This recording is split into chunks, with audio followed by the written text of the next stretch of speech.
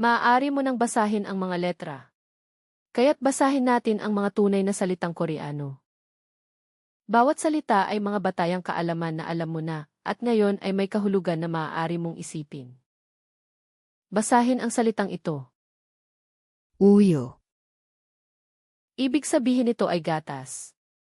Ikaw na ang bumasa nito. Basahin ang salitang ito. 바나나, Ibig sabihin nito ay saging. Ikaw na ang bumasa nito.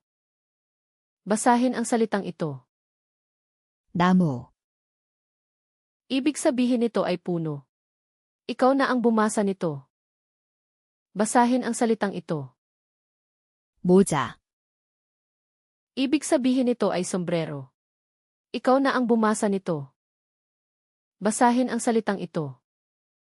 오리, Ibig sabihin nito ay baybe. Ikaw na ang bumasa nito. Basahin ang salitang ito. 가방, Ibig sabihin nito ay bag, ikaw na ang bumasa nito. Kahanga-hanga. Nakabasa ka na ng 6 na tunay na salitang Koreano at alam mo kung ano ang mga ito. Nababasahan mo na ang Koreano ngayon. Magpatuloy. Pumunta sa korean.wiasum.com para sa libreng pagsasanay.